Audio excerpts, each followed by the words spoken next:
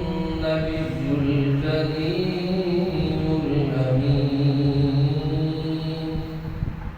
إن الله وملائكته يصلون على النبي يا أيها الذين آمنوا صلوا عليه وسلموا تسليما الصلاة والسلام عليك يا سيدي يا رسول الله وعلى آلك وأصحابك يا حبيب الله مثل پڑھیے صلاة والسلام عليك يا محبوب رب العالمين الصلاة والسلام عليك يا شفيع المذنبين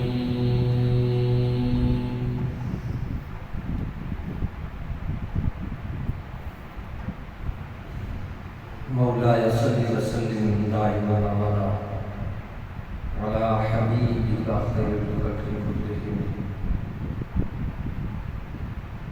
والحبيب الذي ترجى شفاعته بكل هول من الأهوال والتائبين محمد سيد الكونين الثقلين والفريقين من عجب ومن عجب يا أكرم الخلق مانعا عن به سواك عنده للحادث الأمر يا رب بالمصطفى بلغ مقاصدنا واغفر لنا ما مضى يا واسع الكرم وأحسن منك لم ترقط عيني وأجمل منك لم تلد النساء خلقت مبرأ من كل عيب كأنك قد خلقت كما تشاء يا صاحب الجمال ويا سيد البشر من وجهك المنير لقد نكر القمر لا يمكن الثناء كما كان حقه بعد الهدى ذويك السمختصر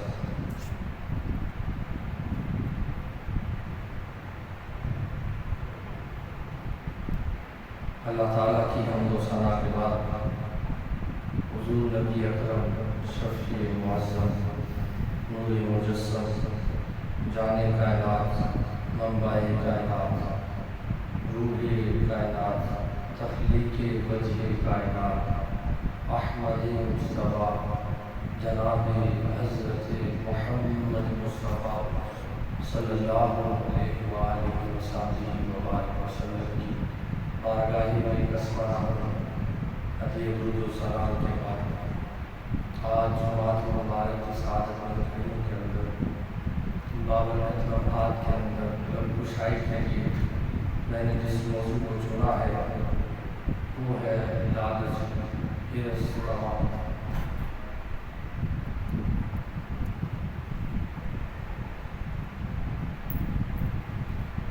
حریص کی کچھ قسمیں ہوتی ہیں. ایک وہ حریص جو دین کے معاملے کے اندر حریص ہوتا ہے، جس طرح قرآن مجید کے اندر حریص علیکم بالمؤمنین نبی رحمت علیہ السلام کی عظمت اور آپ کے وصف کو بیان کیا گیا، اور میں نبی مومنین کے حوالے سے حدیث ہے. قرآن مجید کے اندر اللہ تعالیٰ نے فرمایا الہاکم التکاثر حتی زرتم المقابر، ہلاک ہو گئے لوگ کثرت کرتے ہوئے، یعنی مال کی گنتی کرتے ہوئے، حتی زرتم المقابر، یہاں تک کہ لوگ قبروں میں چلے گئے. یہ دنیا کا مال انسان کو تباہ و برباد کر دیتا ہے. جس کو دنیا کے مال کی لالچ پڑ جائے اس کی دنیا بھی خراب ہوتی ہے، آخرت بھی خراب ہوتی ہے۔ فقہائے کرام اور بزرگان دین نے ایک جملہ فرمایا ہے کہ جو شخص دنیا کے مال کے پیچھے لگ جاتا ہے، مال آگے بھاگتا ہے، وہ اس کے پیچھے لگا رہتا ہے، مگر جو دنیا کے مال سے روح پھیر لے، دنیا کا مال اس کے پیچھے پیچھے ہوتا ہے۔ ہمارے ہاں اکثر بتایا جاتا ہے کہ بچے میرے بڑے سیٹ ہیں، کاروبار بڑا ہی اچھا ہے، کام بڑا ہی اچھا ہے، اور پھر اگر بچوں سے پوچھا جائے تو وہ کہتے ہیں کوئی حال نہیں، ہم تو پھنسے ہوئے، صبح سے لے کر شام تک بس ایک ہی کام ہے، مال مال مال، اس کے علاوہ ہمیں کوئی نہیں ہے، سارا دن اس مشقت کے اندر ہم دن بسر کر دیتے ہیں۔ اور حقیقت یہ ہے ہم چاہتے ہیں کہ ہمارے بچے جھاڑو کے ساتھ پیسے کو کہ زیادہ سے زیادہ اولاد پیسے اکٹھے کر کے گھر میں لے آئے، اور اس حرص نے، اس لالچ نے ہماری اولادوں کو دین سے دور کر دیا، کیونکہ ہم نے اپنی اولاد کو پیسہ کمانا ہی تو سکھایا۔ انجینئر کیوں بنا رہے ہیں کہ پیسہ کمائے گا، تعلیم کیوں دلا رہے ہیں کہ پیسہ کمائے گا، کوئی ڈپلومہ کیوں کروا رہے ہیں بہتر سے بہتر کہ دنیا کا مال گھر میں لائے گا۔ ہم نے تعلیم اس لیے تو دی ہی نہیں، یہ تہذیب سکھائے، یہ آداب سکھائے، یہ جینے کا طریقہ سکھائے۔ ہمارا مقصد دنیا کا مال تھا، بس وہ ساری زندگی مال اکٹھا کرتے ہیں۔ اور حقیقت یہ ہے کہ مال سفر ہے، منزل ہے، یہ سفر کا حصہ ضرور ہے مگر مقصود نہیں ہے۔ آج کے دور کے اندر ہم نے دنیا کے مال کو مقصود سمجھ لیا، منزل سمجھ لیا کہ ہماری انتہا پیسہ ہے، ہماری انتہا دولت ہے، ہماری انتہا مال ہے۔ اس کے علاوہ ہم نے کبھی بھی اپنی زندگی کو اس لیے بسر نہیں کیا کہ یہ سفر کے ساتھ ضرورت ہے مگر مقصود نہیں ہے۔ مقصود فقط اگر دیکھا جائے یا خدا کی رضا ہے، مصطفیٰ کی رضا ہے، یہ مقصود ہے، یہ منزل ہے ہماری مسلمان کی کلمہ کو۔ مگر مسلمان ہو کر بھی ہم نے مقصود دنیا کے مال کو سمجھ لیا، اور ہم میں سے اکثر لوگ کہتے ہیں ہمارا دل جو ہے وہ نماز کے اندر نہیں لگتا۔ ہم نماز پڑھتے ہیں تو نماز کے اندر خیالات آتے ہیں، نماز پڑھنے کو کبھی کبھی دل بھی کرے تو شیطان روک لیتا ہے، ہمارے راستے کو بھٹکا کر ہمیں کسی اور راستے پر ڈال دیتا ہے۔ اس کی وجہ کیا؟ آپ دیکھیے گا کہ اگر مجھے کسی کا فون آئے تو بعض اوقات گھنٹی بج رہی ہے میں اٹھاتا نہیں، اور بعض ایسے لوگ ہوتے ہیں جو مجھے کال نہیں کرتے مگر میں خود ان کو فون کرتا ہوں، ان کو کال کر کے پوچھتا ہوں کہتا کس لیے فون کیا ہے، تو جواب میں کہتے ہیں کہ میرا دل کر رہا تھا میں بات پوچھوں، کوئی کام بھی نہیں تھا، کام نہیں تھا مگر محبت تھی۔ ایک شخص وہ ہے جو فون کے آنے پر بھی فون نہیں اٹھا رہا، ہیلے بہانے سے کام لیتا ہے، فون چارجنگ پہ لگایا ہوا تھا، فون گھر میں پڑا تھا، میں باہر تھا، ہیلے بہانے وہ کرتا رہتا ہے۔ بزرگوں نے یہاں فرمایا ہے کہ جو شخص کسی کو فون کرتا ہے، رابطہ کرتا ہے، وہ محبت ہے۔ اگر ہم میں محبت ہو، اگر ہمارے اندر دل لگی ہو تو ہمیں فون نہ آئے، ہمیں بلاوا نہ بھی آئے تو ہم چل کر مسجد کی طرف آئے۔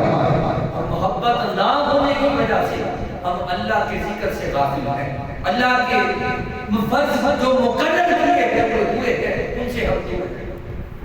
تو ہمیں چاہیے ہم دیکھیں کہ ہم کس راہ پر گامزن ہیں. اور اسی طرح ہمارے پردیسی بھائی، ہمارے والد اگر باہر ہے پردیس کے اندر، ہمارے بھائی وہ چھوٹے ہیں یا بڑے، تو ہم اکثر ان کو فون کرتے ہیں. اور یقین کریں کبھی آپ پردیسی سے مل کر دیکھیں، وہ آپ کو رو کے بتلائے کہ جب بھی بھائی فون کرتا ہے تو طبیعت نہیں پوچھتا، حال نہیں پوچھتا، وہ یہ نہیں پوچھتا تم نے شام کا کھانا کھایا یا نہیں، دوپہر کا کھانا کھایا یا نہیں.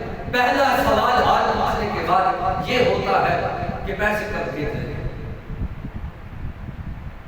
وہ 20-22 سال 32 سال اپنی زندگی باہر گزار دیتا ہے، مگر 32 سال کے بعد جب وہ اپنے وطن آتا ہے تو وہی بھائی جن کو پیسے بھیج دیا رہا وہی اس سے سوال کرتے ہیں تم نے کمایا کیا، تم نے بھیجا کیا، تم نے کیا کیا. تو عجیب ماجرا ہے کہ جو پردیس سے ہمارے بھائی بیٹھے ہوئے ہیں، ہم ان سے اس بات کا سوال اور تقاضا نہیں کرتے کہ تمہاری طبیعت کیسی ہے، کھانا کتنے وقت کا کھاتے ہو، کس وقت کھاتے ہو. فون صرف اس لیے کیا جاتا ہے کہ پیسے کیسے بھیجیں. دنیا کے اندر اس قدر حریص ہو چکے ہیں کہ ہم اپنے بھائیوں کے رشتے کو بھول چکے ہیں، اپنے والد کے رشتے کو بھول چکے ہیں. اور کبھی کبھی ایسا ہی ہوتا ہے کہ شوہر اگر فون کر کے کہے گا کہ بوڑھا ہو چکا ہوا کام نہیں ہوتا، جی چاہتا ہے کہ وطن واپس آ جائے، تو وہ بیوی جو اس کا ساتھی تھی، غم کے اندر شریک تھی، وہ بھی کبھی کہہ دیتی ہے دنیا کی لالچ کے اندر ابھی تھوڑا سا اور کام کرو، ابھی 4 سال اور باہر گزار. وہ کام کر کر کے بوڑھا ہو گیا ہے، اولاد نہیں چاہتی کہ باپ گھر میں آئے، کام کر کر کے بوڑھا ہو چکا ہے، پیسے کما کما کے گھر بھیج رہا ہے، مگر پردیسی کو بیوی بھی یہی کہتی ہے کہ تو باہر جا کے اور تھوڑا سا کام کر. دنیا کی محبت اور دنیا کا مال ہمیں غرق کرتا چلا جا رہا ہے. رشتوں اور ناطوں کو ہم نے توڑ دیا. اور اسی طرح نبی پاک صلی اللہ علیہ وسلم نے ارشاد فرمایا، مگر اس سے پہلے 2 واقعہ. ایک شخص کا، یہ دنیا کا مال ہے کیا، مثال دی ایک اللہ کے نبی کہ ایک شخص تھا جس نے گھر کے اندر ناگن کو پالا جو سونے کے انڈے دیتی تھی. اس کے گھر والوں نے اسے کہا، اس کی بیوی نے کہا، اس کے بچے نے کہا یہ ناگن ہے، اس کا کام ڈسنا ہے، نقصان دے گی، اسے گھر سے نکال. اب وہ کہتا نہیں یہ روزانہ سونے کا انڈا دیتی ہے، میں اسے کہیں نکالوں. ایک وقت آیا اس نے ڈسنا شروع کر دیا، گھر کے لوگوں کو ڈسا، گھر کے جانوروں کو ڈسا، یہاں تک کہ اس کی بیوی نے پھر کہا کہ جانوروں کو اس نے ڈس دیا ہے، اب گھر میں صرف ہم بچے گئے. ایک بچہ تھا صرف، ناگن کو موقع ملا، اس نے اسے بھی ڈس دیا. جب وہ مر گیا بیوی کو غصہ آیا، اس نے کہا تم نہ کھا اپنے پاس سونے کے انڈے، مجھے نہیں چاہیے، مجھے نہیں چاہیے یہ گھر، مجھے نہیں چاہیے یہ سونے کے انڈے، میں جا رہی ہوں. اس نے گھر چھوڑ دیا. وہ شخص جس نے دنیا کے مال کی طمع رکھی، لالچ رکھی، یہاں تک کہ اس کے گھر میں سونے کے انڈے پڑے، مگر ان سونے کے انڈوں کو استعمال کرنے والا، کھانے والا کوئی نہیں ہے، ان کو بیچنے والا کوئی نہیں ہے، اس سے رزق کا استفادہ حاصل کرنے والا کوئی نہیں ہے. یہاں تک کہ وہ پاگل ہو گیا. گھر کے اندر سونے کے انڈے پڑے ہیں مگر وہ خود پاگل ہو چکا ہے. گھر کے اندر پڑا ہے، دنیا کے مال نے اسے غرق کر کے رکھ دیا. یہاں تک جب ان لوگوں سے کہتا رہا، وہ لوگوں میرے سارے رشتے مجھے چھوڑ گئے، دنیا کے مال نے مجھے تباہ و برباد کر دیا، دنیا کے مال نے مجھے تباہ و برباد کر دیا. تو گویا آج ہمارا حال یہی ہے کہ دنیا کے مال کے اندر ہم مستغرق ہو چکے ہیں. ہمیں دائیں بائیں کی، دین کی، ایمان کی، اسلام کی کوئی فکر نماز کی کوئی فکر نہیں ہے، ہمیں صبح و شام صرف ایک ہی تمنا اور لالچ ہے کہ پیسہ کیسے بڑھانا۔ اسی طرح ایک یحییٰ نام کا بادشاہ بڑا ہی سخی تھا، مغرور بھی تھا۔ ایک مرتبہ وہ بازار میں نکلا تو اس نے یہ عمل کیا کہ وہ بازار کے اندر اشرفیاں تقسیم کرنے لگا۔ لوگ دوڑتے ہوئے انہیں آ کر لینے والا۔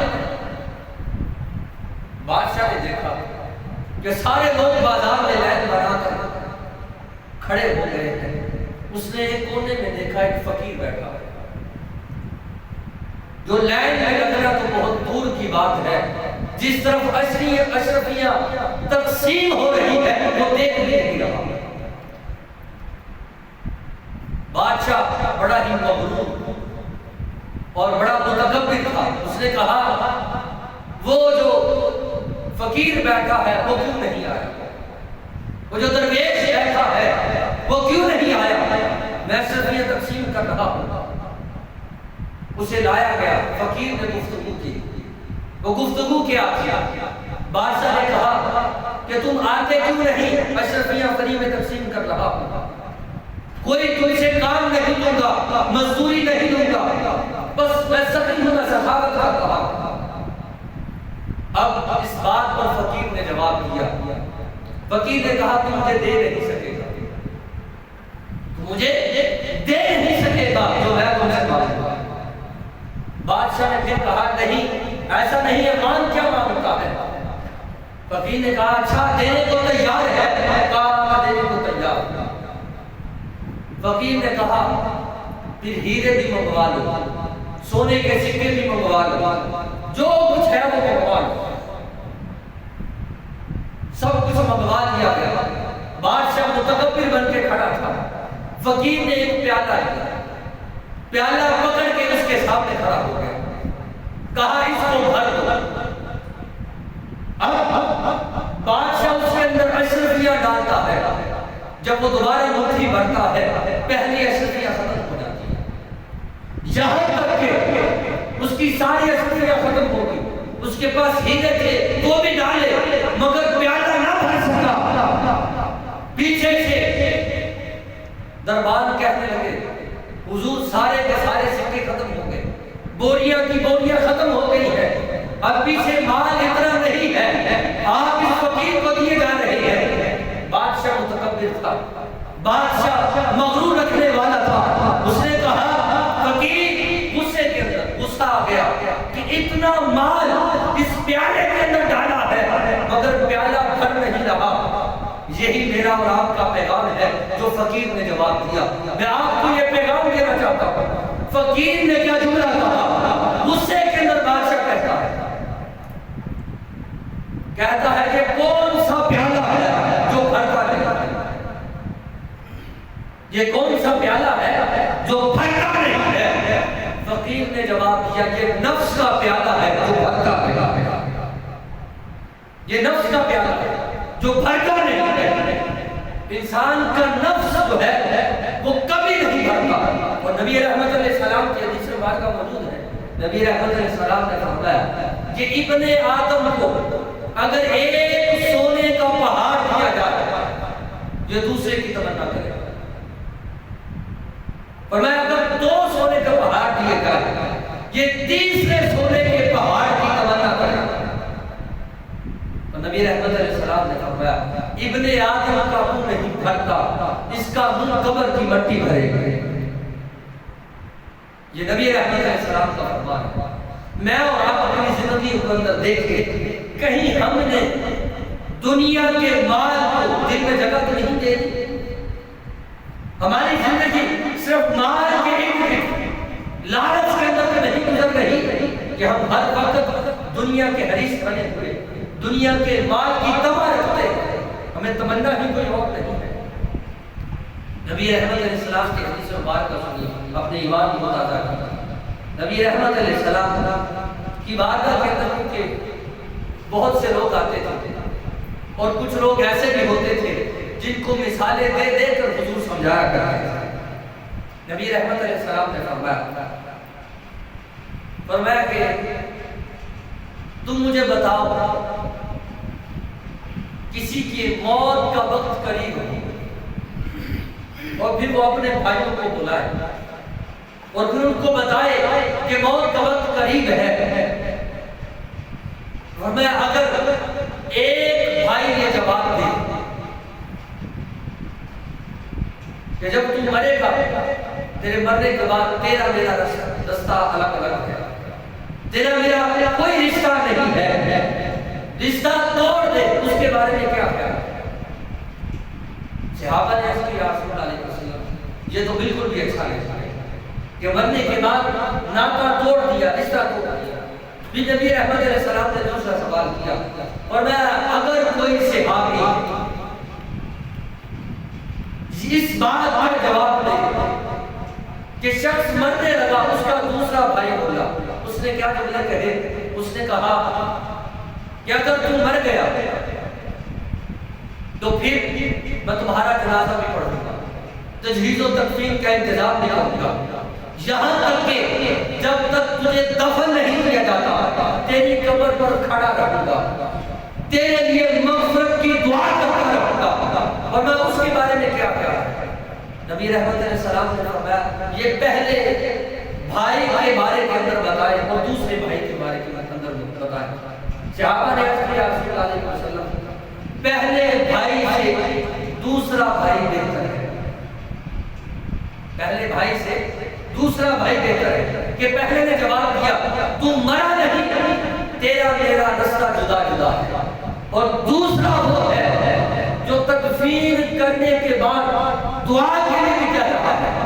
پھر نبی رحمت علیہ السلام نے پوچھا اے میرے صحابہ تیسرا بھائی اپنے بھائی کو اگر یہ کہے تم مرے گا میں تیرے ساتھ رہوں گا، تجہیز و تکفین بھی کروں گا، اور پھر اس کے بعد قبر کے اندر بھی اتاروں گا اور قبر میں بھی کام آؤں گا، حشر کے دن جب تجھے پیاس لگے گی میں کوشش کروں گا کہ تجھے پانی پلاؤں اور یہاں تک کہ تجھے قبر کے اندر داخل کروں گا۔ نبی رحمت علیہ السلام نے پوچھا بتاؤ ان تینوں میں بہتر بھائی کون سا ہے؟ صحابہ نے عرض کیا رسول اللہ علیہ وسلم جو تیسرا بھائی ہے جو جنت کے اندر داخل کر کے آئے گا وہ سب سے بہتر ہے۔ جب یہ صحابہ نے عرض کیا رسول اللہ علیہ وسلم تیسرا بھائی بہتر ہے تو نبی رحمت علیہ السلام نے فرمایا یہ مثال تھی، اب سنو وہ پہلا بھائی جو مرنے کے بعد اپنا ناطہ توڑ دے گا وہ دنیا کا مال ہے، وہ دنیا کا مال ہے، اگر تم مرو گے نہیں تمہارا رشتہ ٹوٹ جائے گا۔ پھر دوسرا نبی رحمت علیہ السلام نے فرمایا وہ دوسرا بھائی جو تجہیز و تکفین بھی کرے گا، قبر پر بھی کھڑا رہے گا، تیرے لیے مغفرت کی دعا بھی کرے گا، فرمایا وہ تیرے سارے کے سارے رشتے ہیں، وہ تیرے سارے کے سارے رشتے ہیں، وہ تیرے بھائی ہیں، تیرے دوست ہیں جو قبر تک تجھے چھوڑ کے واپس آ جائیں گے۔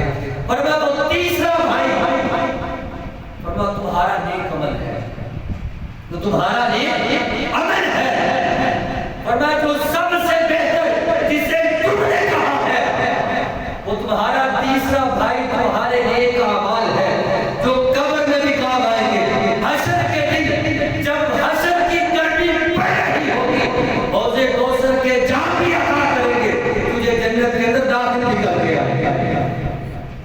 تو میں اور آپ نبی رحمت علیہ السلام کی اس مثال سے سمجھیں کہ ہمیں کس بھائی سے رشتہ جوڑنا چاہیے، ہمیں کس سے تعلق رکھنا چاہیے، ہمیں چاہیے ہم نیک اعمال زیادہ سے زیادہ تاکہ قیامت کے دن قبر کے اندر بھی حشر کے اندر بھی یہاں تک کہ مجھے اور آپ کو ہمارے نیک اعمال جنت کے اندر چھوڑ کے آئے، کیونکہ دنیا کا مال ہمارے مرنے کے بعد ہم سے رستہ الگ کر دے گا، ہمارا راستہ کوئی اور ہوگا، اس کا راستہ کوئی اور ہوگا، وہ نیک اعمال ہمارے لیے قبر کے اندر کام آنے والے ہیں۔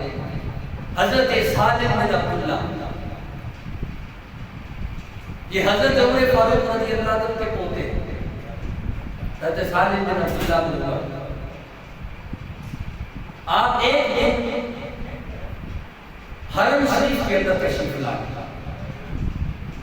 طواف کر رہے ہیں، لوگ بھی طواف کر رہے ہیں. اتنے میں گورنر حرم کی حدود کے اندر داخل ہوتا ہے، لوگ اس کا استقبال کرتے ہیں، لوگ اس کا استقبال کرنے لگے. مگر حضرت سالم بن عبداللہ بن عمر آپ طواف کرتے رہے.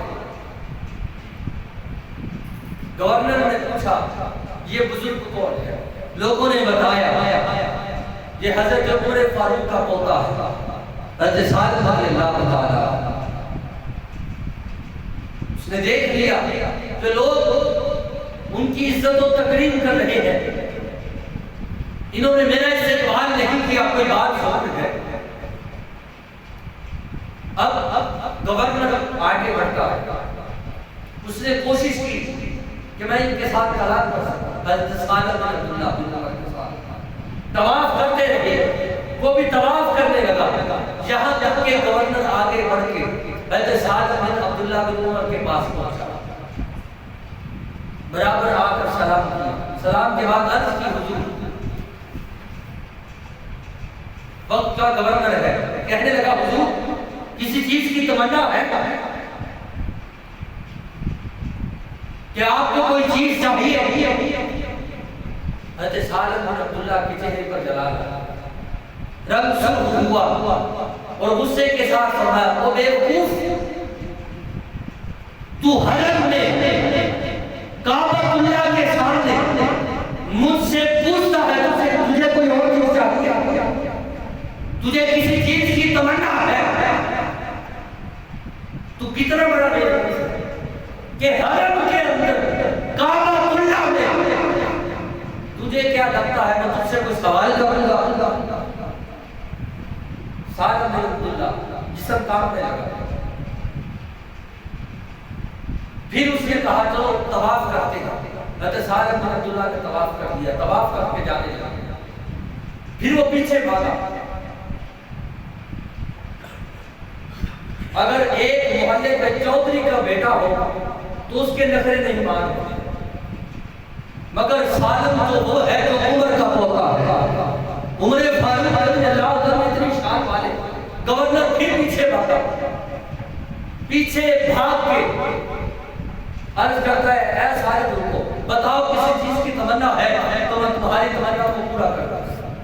حضرت سالم بن عبداللہ مسکرائے اور مسکرا کر فرمانے لگے یہ ضروری ہے؟ تو کہنے لگا ہاں ضروری ہے. تو پوچھا پھر بتاؤ نہ تجھ سے دین مانگوں یا دنیا مانگوں؟ میں تجھ سے دین مانگوں یا دنیا مانگوں؟ گورنر عرض کرنے لگا دین تو آپ کے پاس ہے حضور، میں تو دنیا کا طالب ہوں اور دنیا دے سکتا ہوں. حضرت سالم بن عبداللہ نے مسکرا کر جواب دیا ارے پاگل، ہم نے تو دنیا کبھی اس سے بھی نہیں مانگی جس نے دنیا بنائی ہے، جس نے دنیا بنائی. ہم نے تو کبھی اس سے بھی سوال نہیں کیا دنیا کا، ہم تجھ سے کیسے سوال کرتے؟ ہم دنیا کے طالب نہیں ہیں، ہم تو دین کے طالب ہیں. ہم اپنی زندگیوں کو لالچ کے اندر بسر کر رہے ہیں، حریص ہو کر تباہ ہے ہمارے کہ ایک چیز سے دوسری چیز ہو جائے. مثال کے طور پر میرا نفس چاہتا ہے کہ مجھے 2.5 مرلے کا پلاٹ مل جائے، پھر مجھے وہ ملا، پھر میں نے اس پر شکر نہیں کیا بلکہ بھئی میری اور تمہ بڑھی، 2.5 سے 5 ہوا، پھر 5 سے 10 ہوا، تمہ بڑھتی رہی، پھر یہاں تک کہ 10 مرلے کا مکان بنا لیا، بہت خوبصورت، بہت اچھا تھا، رہن سہن بھی بہت اچھا ہونے لگا. پھر میری اور تمہ بڑھی، وہ تمہ کیا تھا؟ یا کہیں 1 کراٹ کی کوٹھی ہونا بہتر تو اس کے اندر گزارا نہیں ہوگا، کیونکہ ہم نے اپنے نفس کو بہت طاقتور کر دیا، ہمارا ایمان کمزور ہو چکا. ہمیں چاہیے ہم دنیا کی لالچ کو دل سے نکالیں. حضرت عمر فاروق رضی اللہ تعالیٰ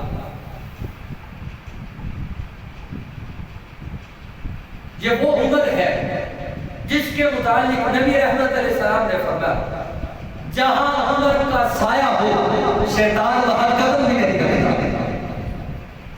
تو تم نے فاروق رضی اللہ عنہ کا دور ہے، پوتے نواسی یا نواسے ہو چکے،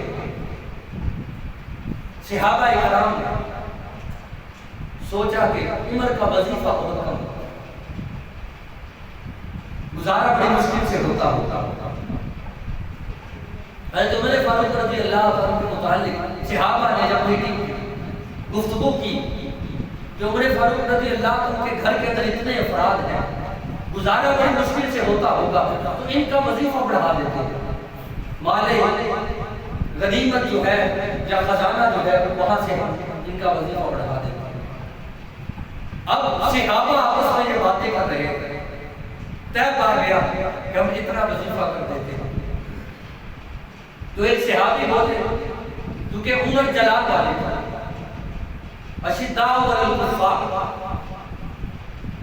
کفار کے متعلق شدت رکھتے تھے، اور جو بات آپ کو ناپسند ہوتی دین کے حوالے سے آپ کے چہرے پر جلال آ جاتا۔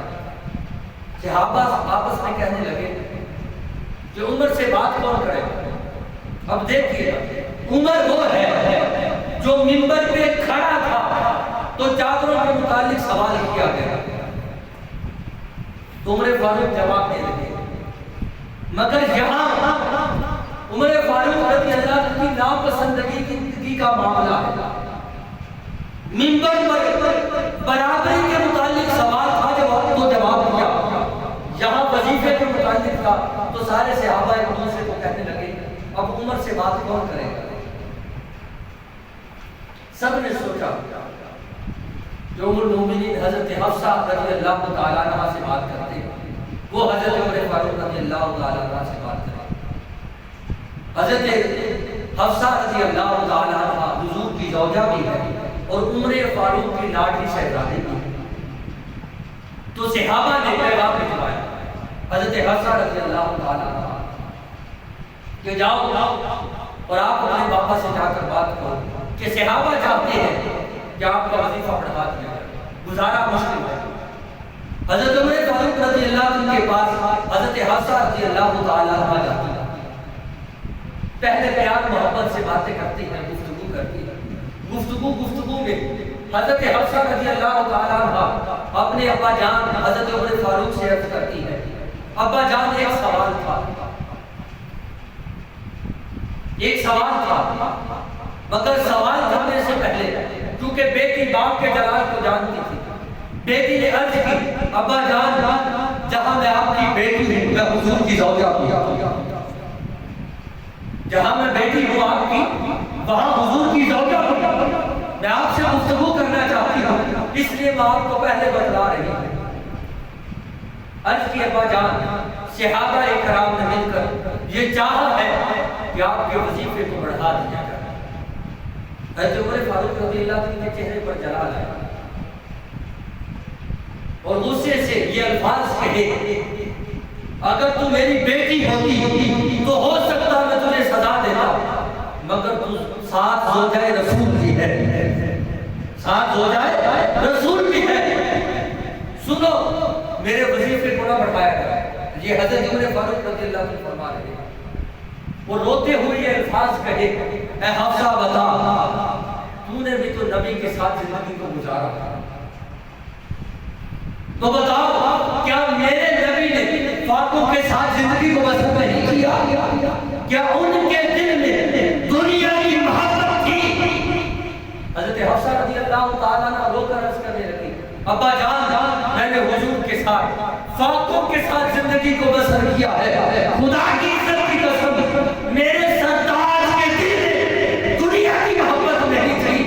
عمر فاروق کہنے لگے جب میرے نبی نے دنیا کے مال سے محبت نہیں کی تو عمر دنیا کے مال سے محبت نہیں کرے، عمر دنیا کے مال سے محبت نہیں کرے۔ آج ہم دنیا کے مال کے اندر اس قدر مستغرق ہو چکے ہیں کہ ہمیں نہ دین کی خبر ہے نہ نماز کی خبر ہے، بھائیوں کے رشتوں کو ہم نے قطع کر دیا صرف 1 انچ زمین کے لیے، 2 انچ زمین کے لیے، چند ٹکوں کے لیے ہم نے اپنے بھائیوں کو چھوڑ دیا، اپنی بہنوں کو چھوڑ دیا، اپنے عزت و اقارب کو چھوڑ دیا، دنیا کے مال کے اندر اس قدر ہم دبے کہ والدین کی خدمت کا فریضہ بھی ہم بھول چکے ہیں۔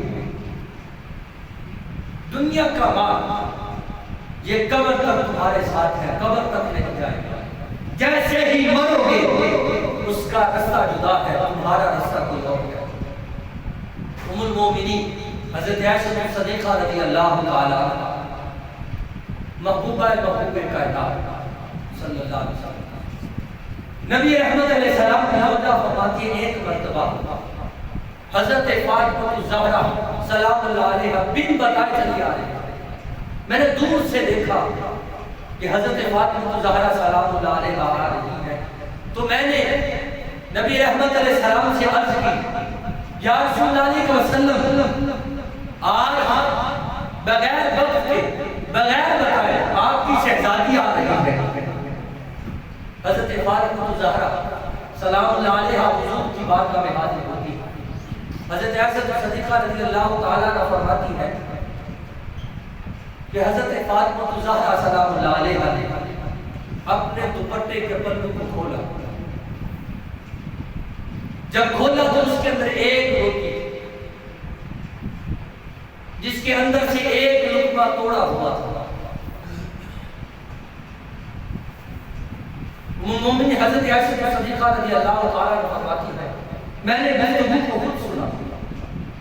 حضرت عائشہ صدیقہ رضی اللہ تعالیٰ عنہ فرماتی ہے حضرت فاطمہ الزہرا سلام اللہ علیہا نے عرض کیا رسول اللہ علیہ وسلم کئی دنوں کے بعد آج گھر میں روٹی بنی تھی، حضرت علی جو لے کر آئے تھے، کھانا بنائے تھے، یا رسول اللہ علیہ وسلم میرے بچوں نے بھی کھانا کھا لیا، حضرت علی مرتضیٰ نے بھی کھانا کھا لیا، مگر جب میں نے پہلا لقمہ توڑ کر منہ میں ڈالا تو میرے دل میں خیال آیا اے فاطمہ تو کھانا کھا رہی ہے، پتہ نہیں تیرے ابا رسول صلی اللہ علیہ وسلم نے کھانا کھایا ہے یا رسول اللہ علیہ وسلم اسی طرح روٹی کو لپیٹ کر پلو میں باندھ کر آپ کے پاس حاضر ہو گئی۔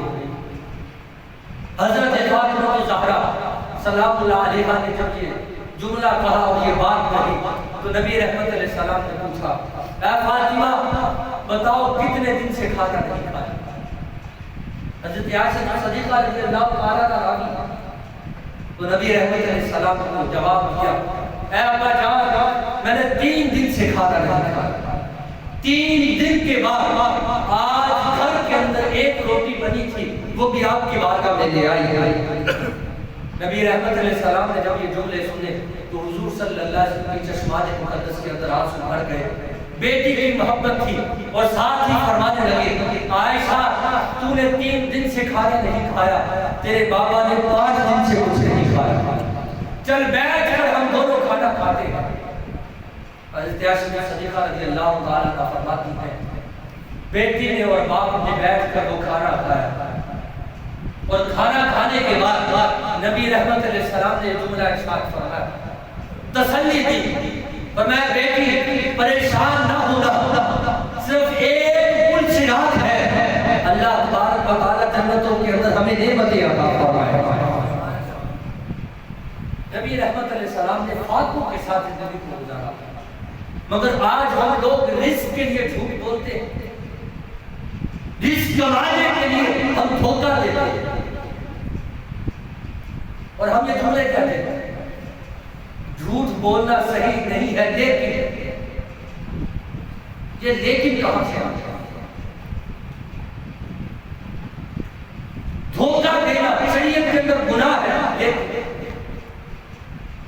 مجھے علم ہے کہ یہ مال حلال کا نہیں حرام کا، مجھے علم ہے کہ جو لقمے میرے اندر جائیں گے یہ من کو نور نہیں بلکہ جہنم کی آگ دیں گے، مگر میں خود ان لقموں کو اندر اپنے پیٹ کے اندر ڈالتا ہوں۔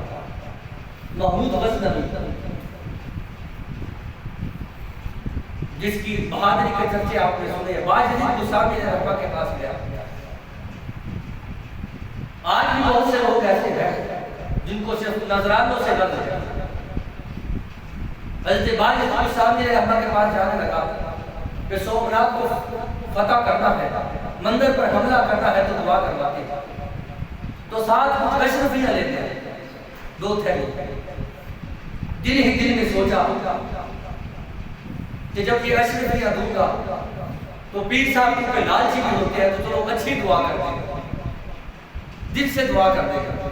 باز بستامی رحمہ کے پاس آ کر اسے اشرفیاں پیش کی، باز بستامی رحمہ نے اشرفیاں اپنے پاس رکھی، کہنے لگا دعا کرتے اللہ تعالیٰ فتح عطا فرمائے۔ باز بستامی رحمہ نے فرمایا اچھا فتح ملے گی۔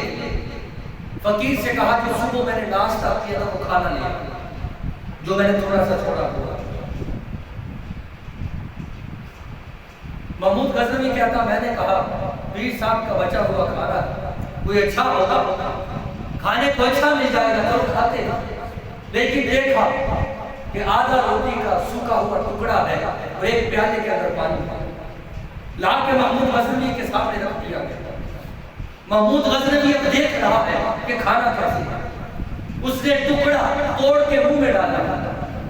اب ولی کی بارگاہ میں بیٹھا تھا، اللہ کے ولی کا حکم تھا پورا تو کرنا تھا۔ اب جب لقمہ منہ میں ڈالا پانی پیا مگر وہ روٹی کا ٹکڑا گلے کے اندر پھنس گیا، رنگ متغیر ہوا۔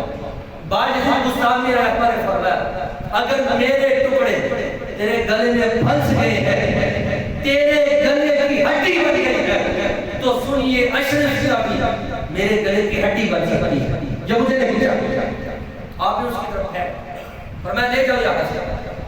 محمود غزنوی وہی بیٹھا توبہ کرتا، میں نے تو سمجھا تھا یہ دنیا کے مال سے محبت کرتا ہوگا، مگر مجھے خبر تھی، مجھے پتا چلا یہ شخص دنیا سے نہیں بلکہ اللہ اور اس کے رسول سے محبت کرتا ہے۔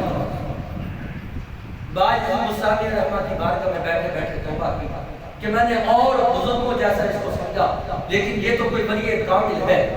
محمود غزنوی کہتا ہے پھر انہوں نے جبہ دیا اور کہا جب مشکل آئے تو اس جبے کو سامنے رکھ کے دعا کر رب تعالیٰ تجھے فتح عطا فرمائے۔ پھر اس کے بعد باز بستامی رحمہ مجھے چھوڑنے کے لیے گھوڑے دوڑا، میں گھوڑے پر سوار ہوا، میرے ساتھ پیدل چلے، میں نے دیکھا انداز بدل گیا کہ پہلے انداز اور تھا اب انداز اور ہے۔ میں نے پوچھا بابا جی پہلے جب آیا تھا سوکھے روٹی کے ٹکڑے اور عجب انداز سے گفتگو ہو رہی تھی، اب انداز بدل گیا ہے۔ تو باز بستامی رحمہ نے فرمایا جب تو گھر سے اشرفیاں لے کر چلا تھا تیرے دل کا روح کوئی اور تھا، اب تیرے دل کا روح کوئی اور ہے۔ پہلے جس غرض سے تو آیا تھا، جس طریقے سے تو آیا تھا، اسی طریقے سے میں پیش آیا۔ اب تو مجھے رب کا بندہ سمجھ کے میرے پاس رکا رہا، تو بس جو مجھے رب کا بندہ سمجھے میں اس سے اخلاق کے ساتھ پیش آیا۔ تو دنیا کا لالچ، دنیا کی تمام مال کی محبت انسان کو غرق کر کے رکھ دیتی، اور میں انہی الفاظ کے ساتھ بات کو ختم کرتا ہوں۔ خدا کی عزت کی قسم، یہ جملے آپ نے سنے بھی ہوں گے، خدا کی عزت کی قسم اگر اللہ کی عبادت نہ کی، دین سے لگاؤ نہ رکھا، بندوں سے محبت نہ کی، دنیا سے اخلاق کے ساتھ گفتگو نہ کی، تو آپ لوگ کا بیڑا غرق ہو جائے۔ نماز کرو، عبادت کرو، کہیں ایسا نہ ہو کہ تمہاری نماز پڑھ دی جائے۔ اس سے پہلے تک نماز عبادت، اس سے پہلے کہ تمہیں قبر کے اندر اتارا جائے، اپنے دلوں کو مسجد کے اندر اتارو، اپنے دلوں کو اللہ کے ذکر کے اندر مشغول رکھو۔ اگر آپ اللہ کے ذکر سے غافل رہے اور اپنے رب سے تعلق قائم نہ رکھا تو پھر دنیا بھی اور آخرت بھی اس کے اندر تمہارا کوئی حال مناسب نہ ہوگا۔ نبی رحمت علیہ السلام کی حدیث مبارکہ ہے کہ مال مرنے تک ہوتا ہے، قبر میں اتارنے تک رشتے دار ہوتے ہیں، اور نیک اعمال جنت کے اندر داخل کرنے تک تمہارا ساتھ دیتے ہیں۔ کی ہم نیک اعمال کریں، برے اعمال سے بچیں۔ اللہ تبارک و تعالیٰ مجھے بھی اور آپ کو بھی اللہ اور اس کے رسول سے لگاؤ رکھنے کی توفیق